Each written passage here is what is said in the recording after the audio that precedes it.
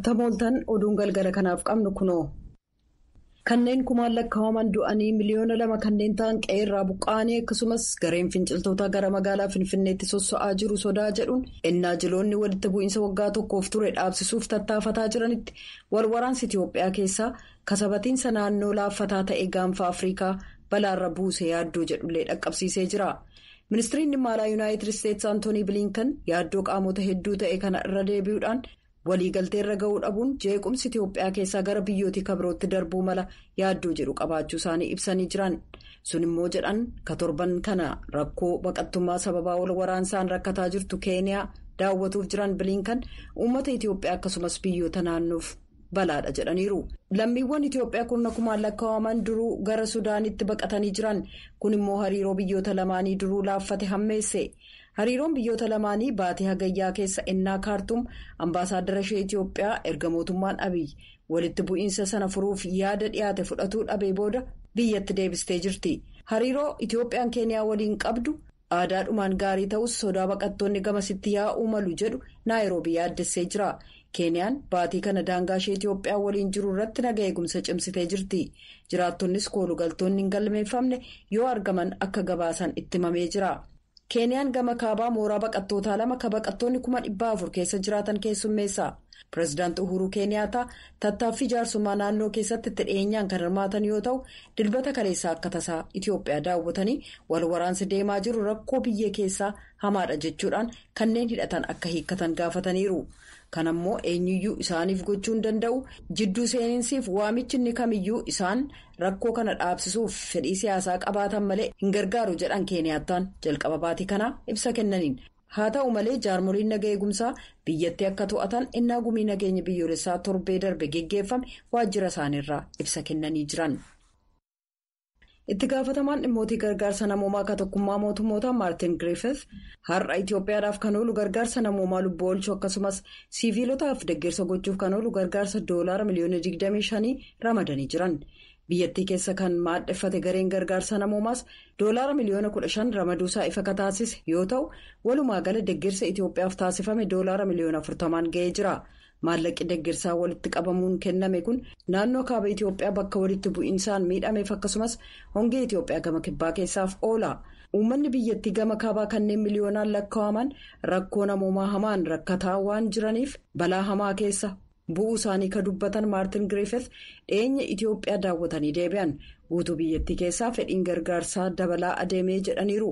Maallaqi deeggarsaaf kennamu kun jaarmoliin gargaarsaa namoota akkaan miidhaman akkasumas eegumsa gochuuf itti gargaaramu. Tigraay, Amaaraa fi naannolee Affaar keessaa gargaarsi kennamu kun jaarmolii gargaarsaa eegumsa fayyaa, deeggarsa lubbuu oolchu, namoota walitti bu'iinsaan akkaan miidhaman ittiin gargaaruuf fayyadamu. Dubartoonni, ijoolleen dhiiraaf durbaa dhiibbaan walitti bu'iinsa kanaa akkuma itti ulfaatetti jira. Eegumsa gochuufiif garuu maallaqi ga'aan hin jiru jedhameera.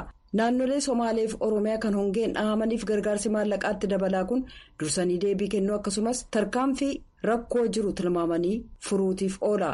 Dhaaboliin gargaarsaa bishaan dhugaatii dhiyeessuu deeggarsa dhibeewwan bishaan qulqulluu hin taane irraa dhufaniif yaaddoo weerara dhibee koleeraa ittisuu ilaalchisee jiru gad xiqqeessuuf tattaaffii gochaa jiran. Hawaasaaleen tikfattee bulaa beeladaalee isaanii akka eeggataniifis deeggarsa ni godhu.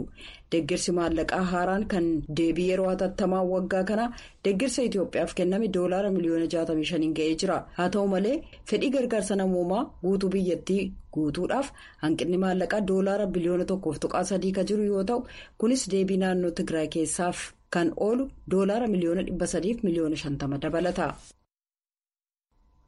Gareen mirga namaaf falmu Human Rights Watch ka wixataarraa jalqabamu walga'ii gamtaa Afrikaa ka xumura waggaa irratti koomishina mirga namaaf mirga uummataaf deeggarsa akka godhu yaadachiise. Human Rights Watch ibsa dilbata kaleessaa baaseen walga'ii koomishinichaa 69ffaa irratti gamtaan Afrikaa Itiyoophiyaa dabalatee kan babal'ataa adeeme rakkoo mirga namaaf deemokiraasii ardittii miidhaa jiru hatattamaan akka furu gaafatee jira. Itiyoophiyaa keessaa lolli hammaataa adeemeef dararaan naannoo Tigraay irra darbee bal'ataa jira jedha Human Rights Watch. Keessumaa gamtaan Afrikaa biyyoonni miseensa ta'an dirqama irra jiru akka ba'an gochuuf akka ulaagaa mirga namaaf qajeelfama cimaa qabutti cicha isaa agarsiisuu qaba jedhee jira. Human Rights Watchitti damee mirga namaa Afrikaaf daayirektara akka ta'an Kariinii Kaneezaa Nutuliyaa addaddummaan qaamolee siyaasaa gamtaa Afriikaaf waaltaalee mirga namaa Afriikaa gidduu jiru babal'ataa deemuun guddina seera mirga namaa Afriikaa kurna hedduuf fooyya'aa deeme balaarraan ga'uuf deema jedhan. Barreessaa muummichi paartii biyya bulchu kan Eertiraa paartii adda uummata dimookiraasiif haqaa Al-Amiin Mohaammed Said daawwannaaf bakka imalanii jiran Saawud Arabiyaa keessatti du'aan boqochuu isaanii ministiriin odeeffannoo Eertiraa Yemaana Gabra Masqal fuula Tiwiitarii isaanii irratti barreessanii jiru. Bara 1996 qabee qabsoo bilisummaatti kan dabalamaniif bu'uursitoota adda bilisummaa uummata Eertiraa Shaabiyaa keessaa tokko ka turan. Al-Amiin umrii isaanii waggaa 74tti du'aan boqotan. Al-Amiin bara 1994 qabee barreessaa paartichaa ta'uun hojjetaa turan.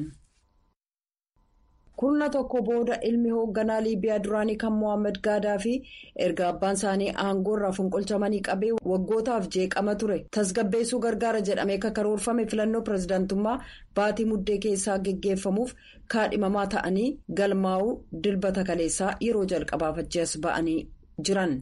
Kan umriin waggaa 49 Saayif Al-Islaam Al-Gaadaafi huccuu aadaa kan bifa bunaaf marata mataa isaaniitti maratanii hareeda harrii qabuuf ija isaanii irratti manatsarii kaayyachuudhaan waaltaa filannoo kan magaalaa Sebhaa gama kibbaatti galmee irratti utuu mallatteessanii viidiyoo koomishina filannoon waraabame irratti mul'atanii jiru. Ilmi Gaadaafi namoota beekamoo falmisiisoo pirezidaantummaaf dorgoman keessaa tokko. Kanneen dorgoman keessaa ajajaa waraanaa gama bahaa Khaliifaa Haftaar.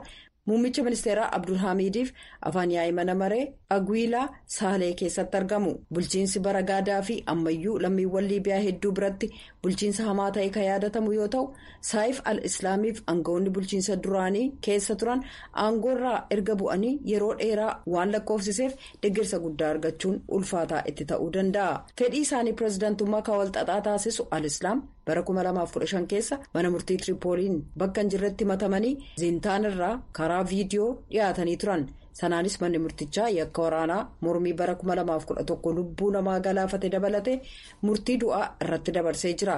Yoo Tiripoolii keessatti mul'atanis balaan hidhamuu isaan mudachuuf jira. Mana murtii akka qoratu kan sadarkaa addunyaa ICC'dhaanis ni barbaadamu. Kan Kwaataar keessa maadheeffate caasaan oduu Aljaziiraa hoogganaan waajjira isaa kan Sudaan keessaa humnooti nageegumsaan to'annaa jala ooluu beeksiseera. Humnoonni Sudaan mana gaazexeessaa kanaa weeraruu isaanii caasaan oduu kun kaleessa Tiwiitarii irratti ibsee jira.